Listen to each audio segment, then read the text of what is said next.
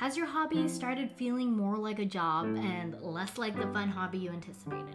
We are here to talk about that today, how to find a hobby and not experience like total burnout. Hobbies should be fun, and this is my hobby, and I want you to find a hobby that you too will love and want to wake up every day doing it and potentially can make money from. And I believe any hobby can be turned into a profitable endeavor. Hey guys, I'm Katie, a girl on fire, and FIRE stands for Financial Independence Retire Early. That's right, I'm retiring at 35 with $1.5 million, and I'm bringing you on the journey. So be sure to like this video, hit subscribe, and let's talk money, honey.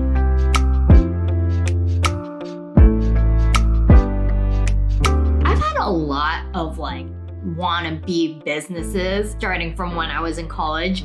A girlfriend and I started a shop called Bows and Whistles because back in the day when I was in college, hair bows were all the rage in SoCal. We would make and sell these on Etsy, and we would get orders all across the country, and it was really cool. And we made a couple $1,000s just making hair bows.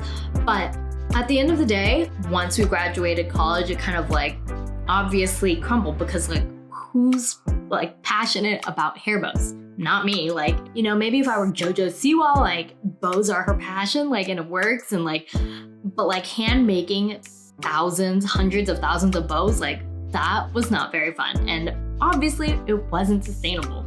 So that kind of fizzled out. My next business was called Field Notes from Katie, and that was my lifestyle blog. I was super into following Cup of Joe, who's a mommy blogger. She's amazing. I love following her life and her story, and so that is totally something I wanted to emulate, but more into in my life. Obviously, I'm not married. I don't have cute kids, but I thought, okay, lifestyle. I liked crafting, so I would make little crafty things and write DIY posts and put them on my blog. As a side business of that, I also started Field Notes from Katie, Etsy shop to go along with that, in which I would sell jewelry branch tree holders, which were super cute, whale pillows and cloud pillows, and it was a cute aesthetic, and I really enjoyed that, but I also wasn't super passionate about keeping up with that, and it slowly fizzled out. I also really liked vlogging at the time, and I would make little vlogs about, day in the life, or little field trips around LA, field notes, field trip. It was this whole little cute field trip, field note thing vibe, aesthetic, and kind of random musings. That was really fun, but also I wasn't extremely passionate about it, I would say, or didn't feel I had enough going on in my life. I was always constantly what do I do? What do I do? What do I do? Where can we go? Where can I get content?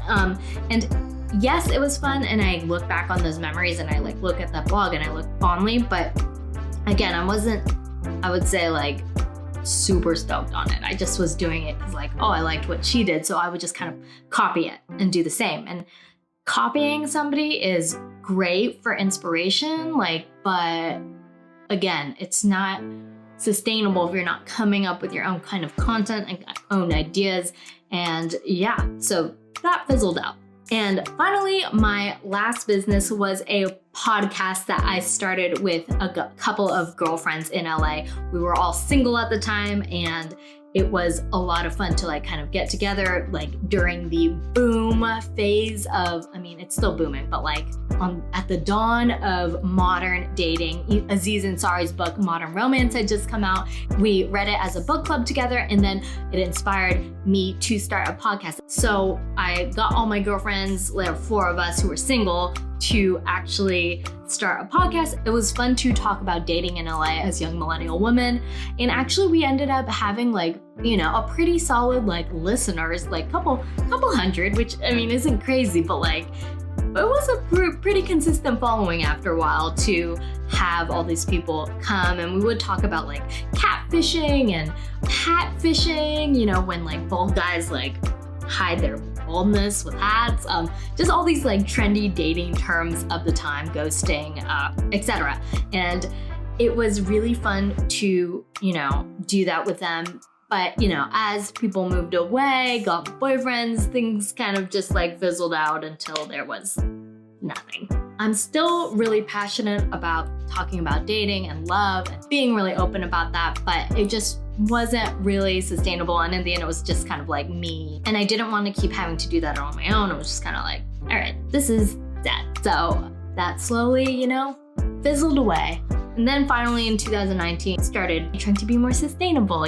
That is how I fell into personal finance. And this is what has stuck. I am still talking about money. I'm still obsessed about getting people, to talk openly and be more comfortable about money, to turn people on to the idea of financial independence and retiring early. So this is truly what has stuck. I look back and I've been doing this for almost 2 years now, and I've never, ever been so consistent with anything. And so here are some of the key things that I think have led to me being able to be so consistent. I truly treat this like a hobby. I never had any intention of making any money from this at all.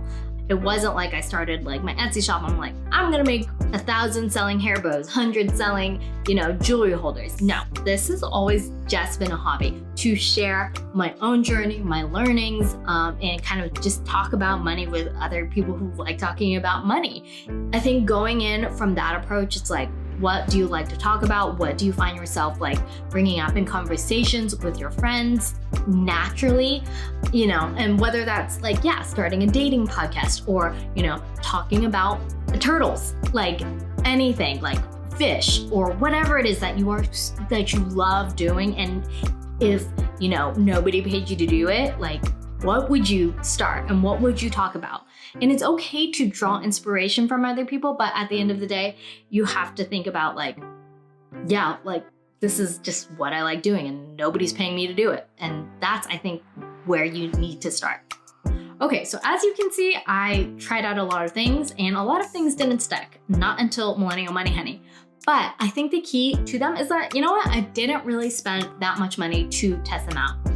Starting a podcast cost me nothing. We used our iPhones to voice record. I would edit it in GarageBand, and then I would put it out on the internet through Spotify. And Spotify was mostly free until we did it consistently enough.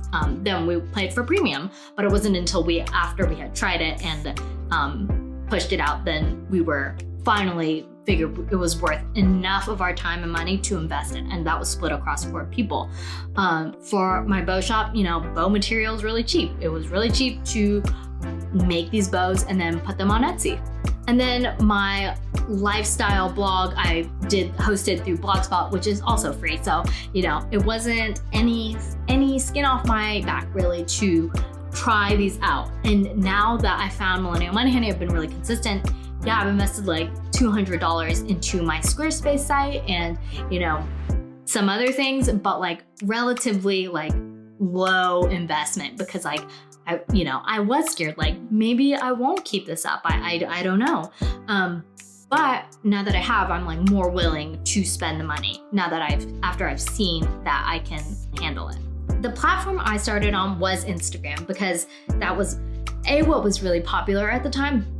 And it's really quick. Like maybe even Twitter's even quicker than that, but I'm such a visual person. I love associating like a photograph with, text and having that visual thing. So Instagram was the place that I started. And I started, just talking about money with like my 900 friends who followed me at the time. It wasn't, like I'm going to be a creator and starting a new account, which is I think like kind of how a lot of people do it these days. It was extremely organic for me. And that has been kind of the staple of like my growth. It's just like super organic growth. I've never done any paid ads. I've never done any like anything crazy, although maybe it would help. I don't, maybe I could be, again, getting more followers or things like that if I paid. But like that just, again, those are like vanity metrics and like not necessarily something that you should find validation from, although they are extremely important, I guess, if you're working with brands. But like, again, I haven't really worked with brands. So yeah, Instagram is where I started. And what's nice about Instagram is like, it's almost a microblog. I didn't have a blog for the longest time in tandem with my Instagram. I only had my Instagram where I was kind of like talking about 401ks, just one post at a time. And And something that was key to my success was I told myself, you know, like, do 3 posts, but like, don't overthink it. Don't just like full send. Like, if you find a picture that you like, that you've taken, I'm always taking photos. So this kind of like fueled my creative like need. But then I would just like take a picture, type the caption, and send it. Like I try not to like plan things out too far in advance, because otherwise I just felt like work. And again, like I think the key to finding a hobby you stick with is like not thinking about like, oh, I have to do this. Like this is work.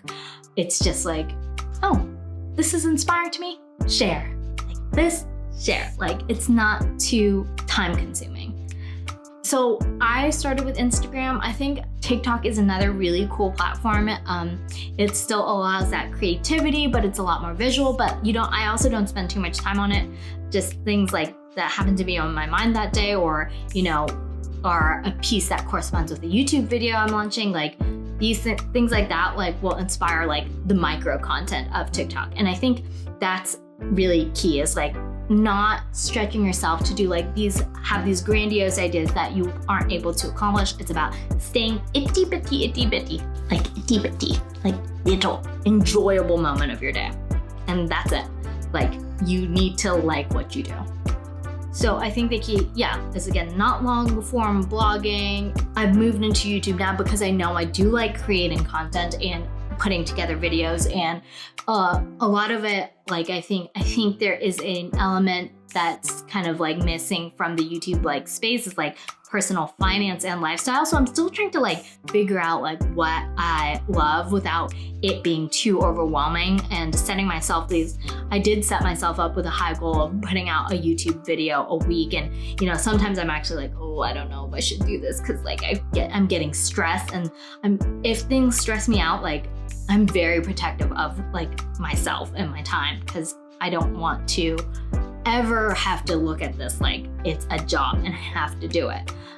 Even though there will be moments when I'm like, oh, would I rather be doing this or this? Like if I stop enjoying it, like I kind of cut that out. And something that was key for me in starting Instagram is the naturally like built-in community you already have. So I think if you're starting like a blog or a podcast, I think it's a bit harder to network naturally through those like platforms. It's not like your blog is suddenly discoverable, even if you're promoting pins on Pinterest. It's definitely missing like a social component in the way that like TikTok, Twitter, Instagram are not, or are already built in. So it's a lot easier to connect with people. If they're like jewelry makers, like you can connect with other cool jewelry designers, like, and you already have that built-in network, or easily findable network in those platforms, versus a blog, you kind of have to like drive traffic through your blog, but you have to kind of use social media too. So I think just focusing on the social media part was really key for me to being successful. And I'm not saying you need like the likes and followers, but even just like the people you talk to regularly, who you end up like becoming like Instagram friends with, like those are the people that really keep you going when you're like kind of feeling low, when they check in, saw you did XYZ, like that's so cool, congrats, I love that piece of information that you shared. Building in a social network truly keeps you going. But podcasts, I think, are also kind of like hard to network unless you're self-promoting through other social media platforms, or inviting guests on your blog to kind of use that promotion through you. But again, it all goes back to social networking, I think, is the key to finding a community that like enjoys and supports you, really keeps you going on your journey. Okay, something I pride myself in is, again, lazy/efficientness. Again, if you didn't watch my video from last week, I definitely think you should go check it out, because something that I do in my content, which I think is really key, is reusing the same stuff across like multiple platforms. For example, I take my YouTube video, I film it, and this is what you are watching. But then when I upload it to YouTube, I take a transcript of the thing and create a blog post using the exact words that I'm already talking about on YouTube. This is how I am super efficient. My YouTube creates my blog post, and the thumbnail that I use For my YouTube thumbnail, I use it to add it to the blog post and tag that to Pinterest. And then, since I'm already talking about the subject, which today it's, how to not burn out on your hobby and find a hobby you're truly passionate about and can stick with, then this will become a short form. I'll probably go film like a TikTok or a reel after this and just kind of distill it down to the highlights. And that becomes a TikTok and an Instagram reel. So I'm able to cross promote on both platforms that can be shared to my stories. And then I will also create a post that goes along with it that kind of summarizes it so I'll hit people like with it over and over and over again. And even though people might find this like, I don't think annoying, but like maybe like, oh, she already said that. I think doing it in a way that's visually different and each post is like different, then I'm able to really reach people however they would want and prefer to be reached. And I'm also hitting home the messages, because I think it, you can listen to something and it sinks in once, but it's not until you like reabsorb the message over and over again that you are actually like hearing what I have to say. So I think being smarter about working is how I am able to not burn out. Because if I spent like 20 hours on each new piece and wasn't utilizing it across everything, then you'll burn out if you spend too long doing stuff. So I really try to maximize all of my time and effort. And I think that is really key. So yeah, test things out, try it out. You never know what you're going to like. Be sure it's like a low investment at first until you know you're going to be consistent with it. Utilize all your content like across everything. Like be super duper duper efficient. Otherwise you will burn out. And I think building a community is like a huge priority and something you should really focus on. And like finding cool people you like, people who inspire you, who push you, motivate you to do better, try better, and just be your best. And show up every day, because you'll want to like hang out with these people. Hang out. Just start really small and then scale. I don't think I would have been able to do a YouTube channel if I only started this first, because it's a lot more work, and this is truly an investment in my time and my energy, but I love it, so that here I am. If you have any tips for not burning out and finding a passion in your hobby, be sure to leave a comment below. Thanks for tuning in. If you want to see or hear more videos / podcasts like this, be sure to like and subscribe to the channel, hit the notification bell so you get notified when the next video drops, and let's retire early together.